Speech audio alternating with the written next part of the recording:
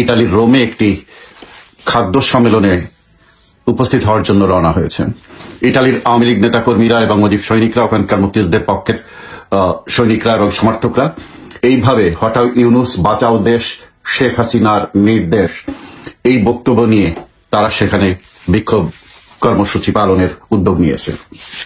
আপনারা দেখেছেন বাংলাদেশে খুব স্পর্শকাতর বিষয় নিয়ে এখন আলোচনা চলছে। সেটা হলো সেনাবাহিনীর সিনিয়র অফিসারদেরকে গ্রেফতারি পরোয়ানা জারি হয়েছে, বিশেষ করে ডিজিএফআই 5 জন প্রধান এবং সেনাবাহিনী এবং অন্যান্য বাহিনীর সব মিলিয়ে যে প্রেস কনফারেন্স আসছে সেনাবাহিনীর পক্ষ থেকে, সেখানে 25 জনের কথা উল্লেখ করা হয়েছে এবং সেখানে বলা হচ্ছে যে 25 জনের মধ্যে 9 জন অবসরপ্রাপ্ত, 1 জন পলাতক আছেন, আর বাকি 15 জনকে যারা চাকরিতে বর্তমান দায়িত্বরত আছেন তাদেরকে সেনা সদর দপ্তরে নিয়ে আসা হয়েছে।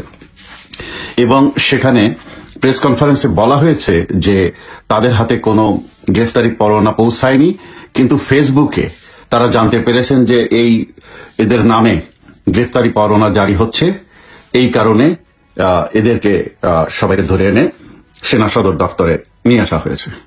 অবাক লাগে সেনাবাহিনীর এই বক্তব্যে। গ্রেফতারি পরোয়ানা ছাড়া কাউকে কি ডেকে আনা যায় এবং সেই বিষয় নিয়ে প্রেস কনফারেন্স করা যায়? এই মানুষগুলোর সম্মান কি ডিপার্টমেন্টের সম্মান না? আমি নিউ ইয়র্ক সিটি পুলিশ ডিপার্টমেন্টে কাজ করি গত 25 বছর। এই ধরনের ফেসবুকের উপর নির্ভর করে আমাদেরকে কখনো শাস্তির আওতায় অথবা আমাদের সম্মানকে কখনো ভুলুণ্ঠিত করার চেষ্টাও ডিপার্টমেন্ট করে না। আপনারা একটু বেশি বোধহয় আবেগী হয়ে যাচ্ছেন বলে আমার মনে হলো। সেনাবাহিনীর মতো একটি জনপ্রিয় এবং দেশপ্রেমের হিসেবে, দেশপ্রেমিক সেনাবাহিনী হিসেবে যে সম্মান আপনাদের, সেটি বোধহয় প্রশ্নবিদ্ধ হচ্ছে। আমার কেন জানি এই প্রেস কনফারেন্স বডি ল্যাঙ্গুয়েজ দেখে, যিনি বক্তব্য রাখছেন তার বডি ল্যাঙ্গুয়েজ এবং কথাবার্তা দেখে কেন জানি মনে হচ্ছে সেনাবাহিনীতে এখন দুটো ভাগ বিভক্ত হয়ে গেছে, একটি মুক্তিযুদ্ধের পক্ষের, একটি বিপক্ষের। সম্ভবত যিনি বক্তব্য রাখছিলেন উনি মুক্তিযুদ্ধের বিপক্ষের এবং জামাতি সমর্থক, এই প্রশাসনের সমর্থক লোক, এবং তিনি চাচ্ছেন যে এই যাদের নামে মামলা হয়েছে বা যাদের গ্রেফতারি পরোয়ানা হয়নি, এখনো তাদের হাতে পৌঁছায়নি, এদেরকে তাড়াতাড়ি ফাঁসিতে ঝুলিয়ে দেওয়া হোক, এরকম মনে হলো ওনার বক্তব্যে। আপনারা জানেন যে জাতিসংঘের শান্তিরক্ষী মিশনে বাংলাদেশ 1988 থেকে কাজ করছে অত্যন্ত সম্মানের সাথে, সুনামের সাথে। এখন জাতিসংঘের শান্তিরক্ষী মিশনে যে দেশ অংশগ্রহণ করে সেই দেশে কয়েকটি বিষয় মেনে চলতে হয়। সেই দেশে নির্বাচিত জাতীয় সংসদ থাকতে হয়, নির্বাচিত সরকার, সাংবিধানিকভাবে আইন কানুন পরিচালিত হতে হয়, সেখানে মানবাধিকারের বজায় রাখতে হয়, প্র্যাকটিস থাকতে হয়, বাক স্বাধীনতা থাকতে হয়, গণতন্ত্র থাকতে হয়, প্রেস ফ্রিডম থাকতে হয়, নারী ও শিশুর অধিকার বাস্তবায়ন এবং নারীর ক্ষমতায়ন, এসবের সম্মানজনক পরিবেশ, সহনশীল পরিবেশ থাকতে হয়। তো গত 14 মাস ধরে বাংলাদেশে যে কোনোটিই নেই তা আপনারা জানেন।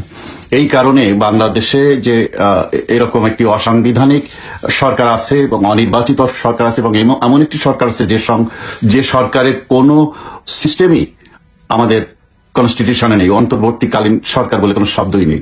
তো এগুলো সারা বিশ্বে ছড়িয়ে ছিটিয়ে থাকা মুজিব সৈনিকরা জাতিসংঘে এবং স্টেট ডিপার্টমেন্টে এবং মানবাধিকার কমিশনে বারবার অভিযোগ দিয়েছে।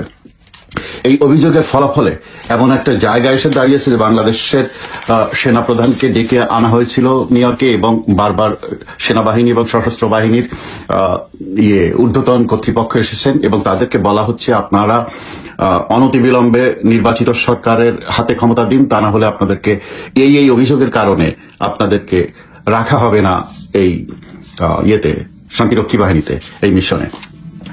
তো এরই মধ্যে জেনেভায় সম্প্রতি একটি কনভেনশন হয়ে গেছে, জাতিসংঘের কনভেনশন।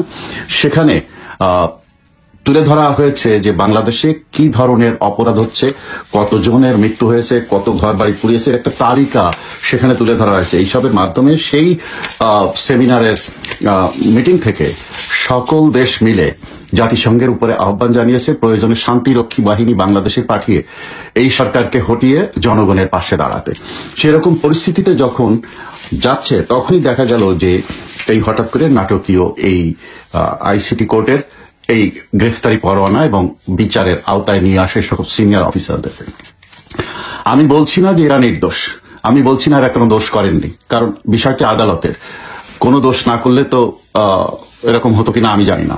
কিন্তু কিন্তু কতগুলো প্রশ্ন আসে, এমন একটি আদালত যে আদালত প্রশ্নবিদ্ধ, কারণ বাংলাদেশ সরকারের পক্ষ থেকে সংসদ যখন ছিল তখন এই আইসিটি কোর্ট তৈরির জন্য যে সিদ্ধান্ত হয়েছিল 1971 সালে, যুদ্ধকালীন, মুক্তিযুদ্ধকালীন যেসব মানবতা বিরোধী অপরাধ হয়েছে শুধুমাত্র সেই বিষয়গুলো এখানে বিচার হবে, এখানে দেশের আর কোনো অপরাধের বিচার হবে না। কিন্তু এই ডক্টর ইউনূস ক্ষমতা গ্রহণ করার পর ওনার সরকার এই বিরোধী দলকে, আওয়ামী লীগকে এবং আওয়ামী লীগ সমর্থকদের বিচারের বিষয়গুলো এই কোর্টে নিয়ে আসলেন। এবং খুব ফানি, মানে কি কৌতুক একটা আইন এখানে। দেখুন, বাংলাদেশের সংবিধান অনুযায়ী এত বছর ধরে দেশ চলছে, গত 53 বছর, আপনি কারোর নামে মামলা করতে পারেন, মামলা করলেই কিন্তু ওই লোক গিল্টি হয়ে যায় না। যতক্ষণ পর্যন্ত গিল্টি না হচ্ছে, মানে দোষী প্রমাণিত হচ্ছে, ততক্ষণ পর্যন্ত তাকে শাস্তি দেওয়া যায় না।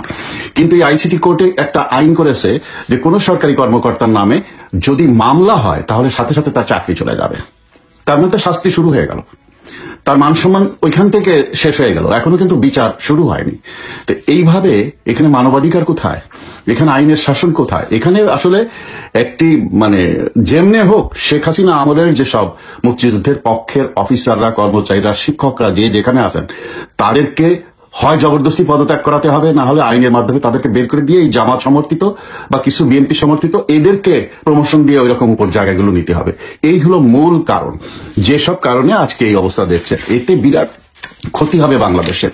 এই সব অফিসারদের নামে যেসব অভিযোগ আসছে এবং তাদেরকে দোষী সাব্যস্ত করা হবে, এটা বোঝাই যাচ্ছে এই সরকারের ইয়েতে, যেভাবে তারা মুভ করছেন, যেভাবে যেসব নিউজ প্রকাশ করছেন, তাতে বোঝাই যাচ্ছে। এদেরকে অভিযুক্ত করে একদিনের জেল দিন বা ফাঁসি দিন, আপনি যাই দিন, যখনই অভিযুক্ত হয়ে যাবে তখনই কিন্তু জাতিসংঘের শান্তিরক্ষী বাহিনীতে এইসব নিউজগুলো চলে যাবে, সব ফাইলগুলো চলে যাবে। আপনারা জানেন জাতিসংঘ থেকে, এই শান্তিরক্ষী বাহিনী থেকে 25% অফিসার এবং কর্মচারী কাট করা হচ্ছে বাজেট শর্টেজ বলে, বাজেট কম, বাজেট নেই এই কথা বলে। তা যখনই এই ফেব্রুয়ারির দিকে বা মার্চের দিকে যখনই এই কাট করা শুরু হবে, তখন সাথে যত দেশ আছে, যেসব দেশ থেকে এই শান্তিরক্ষী মিশনে তাদের অফিসার এবং সিপাহীদেরকে পাঠায়, তারা কি বলবে? তারা বলবে আইনটা হলো নির্বাচিত সরকার থাকতে হবে, আইনটা হলো ওইখানে সাংবিধানিক সরকার থাকতে হবে, আইনটা হলো ওই দেশের সেনাবাহিনীর সেরা অফিসাররা এই দেশে আসতে হবে এই শান্তিরক্ষী মিশনে। কিন্তু যে দেশের শান্তিরক্ষী মিশনের যারা আসে, সেই ডিপার্টমেন্টই যখন মানবতা বিরোধী অপরাধের সাথে যুক্ত, ওই দেশকে তো রাখা যাবে না। এই বলে কিন্তু টোটাল বাংলাদেশকে এরা বাদ দিয়ে দিবে। এবং এটা হলো পাকিস্তানের একটা প্ল্যান। পাকিস্তান তার যেমন অর্থনীতিতে আমাদের থেকে পিছিয়ে আছে, 71-এর একটা আঘাত প্রতিঘাত তারা করার জন্য আমাদের উপরে চেষ্টা করছে। এইভাবে নানানভাবে আমাদের কোণঠাসা করে ফেলে, আমাদের ইকোনমিকে শেষ করে দিতে পারলে, আমাদের আর্মিকে শেষ করে দিতে পারলে, আমাদের সশস্ত্র বাহিনীকে শেষ করে দিতে পারলে সবচেয়ে খুশি হবে ওদিকে পাকিস্তান, আর এদিকে পাকিস্তানের মদতপুষ্ট যেসব রাজনৈতিক দলগুলো বা নেতারা আছেন তারাই। এটা একটা মেটিকুলাস ডিজাইন, এই দেশকে ধীরে ধীরে ধ্বংস করে ফেলা হচ্ছে।